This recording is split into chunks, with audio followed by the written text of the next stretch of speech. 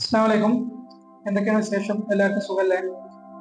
ഞാൻ സലീൽ ബാബു, ഡിജിറ്റൽ സർവേയറായി ജോലി ചെയ്യാണ്. അപ്പോൾ ഇന്ന് നിങ്ങളുടെ അടുത്ത് ഒരു ചെറിയൊരു ടോപ്പിക്കുമായി ബന്ധപ്പെട്ട ഒരു വിഷയം സംസാരിക്കാൻ വേണ്ടിയിട്ടാണ് വന്നിട്ടുള്ളത്. അതായത് ഇപ്പോ ലാൻഡ് സർവേ നടന്നുകൊണ്ടിരിക്കുന്നുണ്ട്. ഡിജിറ്റൽ ലാൻഡ് സർവേ എല്ലാ സ്ഥലങ്ങളിലും വന്നുകൊണ്ടിരിക്കുന്നു.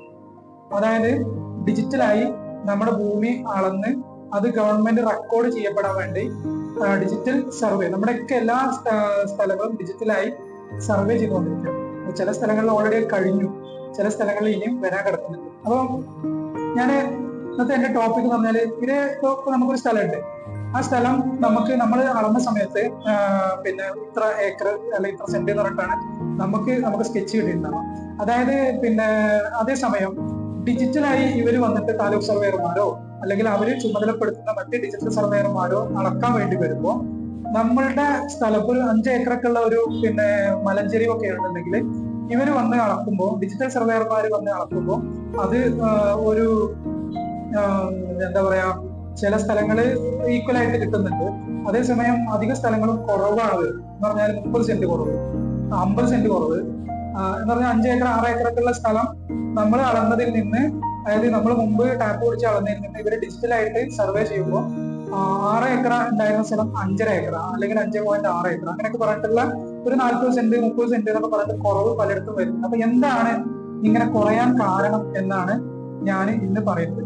അതായത് ഇപ്പൊ നമ്മൾ ടാപ്പ് പിടിച്ച് അളന്നത്, നമ്മൾ അളപ്പിച്ചത് ടാപ്പ് പിടിച്ച് മുമ്പാണ്.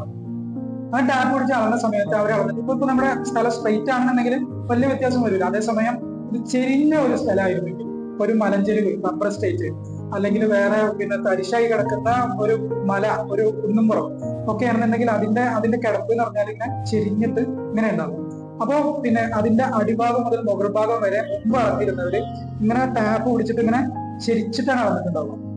ശരിക്കും ഒരു ഭൂമിയുടെ അളവ് എന്ന് പറയുന്നത് സ്ട്രെയിറ്റ് ആണ് വരുന്നത്.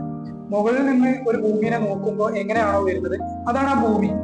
അല്ലാതെ ഇപ്പോ ശരിക്കും നമ്മളൊരു കുന്നുംപുറം എന്ന് പറയുന്നത് എന്താ, ഒരു പിന്നെ നമ്മൾ ഒരു പിന്നെ സ്ഥലത്ത് നമ്മളുടെ മുറ്റത്ത് ഒരു 2 ലോഡ് മണ്ണ് കൊടുന്ന് ഇട്ട് കഴിഞ്ഞാൽ അത് ഇങ്ങനെ നിൽക്കും അല്ലേ?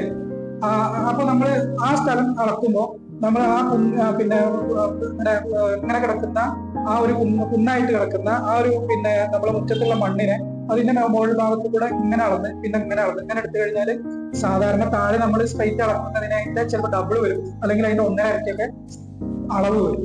അപ്പൊ ശരിക്കും പറഞ്ഞാൽ നമ്മുടെ സ്ഥലം അടിയിൽ കിടക്കുന്ന പരന്ന സ്ഥലമാണ്, അല്ലാതെ ഇങ്ങനെ കിടക്കുന്ന സ്ഥലമല്ല. അപ്പോ ടാപ്പ് പിടിച്ച് അളക്കുമ്പോൾ ഇങ്ങനെ നമുക്ക് അളക്കാൻ കഴിയും, ഇങ്ങനെ വളച്ചിട്ടും തിരിച്ചിട്ടും ഒക്കെയാണ് അളക്കാൻ കഴിയും. അതേസമയം ഡിജിറ്റൽ സർവേയില് നമ്മൾ ഡിജിറ്റലായി സർവേ ചെയ്ത് കഴിഞ്ഞാൽ സ്വാഭാവികമായിട്ടും അത് സ്ട്രെയിറ്റ് ആയിട്ടുള്ള അളവേ കിട്ടൂ. അതാണ് ഡിജിറ്റൽ സർവേയും പിന്നെ സാധാരണ ടാപ്പ് പിടിച്ചിട്ടുള്ള സർവേ തമ്മിലുള്ള വ്യത്യാസം പറയുന്നത്. അതുകൊണ്ടാണ് നമ്മളുടെ ഭൂമി 30 സെന്റ് 40 സെന്റ് ഒക്കെ കുറയാൻ കാരണം. ആക്ച്വലി നമുക്കുള്ള സ്ഥലം എന്ന് പറയുന്നത് അത്രേ ഉള്ളൂ. ഡിജിറ്റലായി സർവേ ചെയ്യുന്ന അത്രയാണ് നമുക്കുള്ള സ്ഥലം ഉള്ളൂ. മറ്റത് ഒരു സ്ഥലത്ത് കുറെ മണ്ണ് ഇങ്ങനെ കൂനയായിട്ട് കിടക്കുന്നത്, ആ കൂനനെ നമ്മൾ ഇങ്ങനെ ചെരിച്ചളന്നത് കൊണ്ടാണ് കൂടുതലായിട്ട് നമുക്ക് ഫീൽ ചെയ്തത്.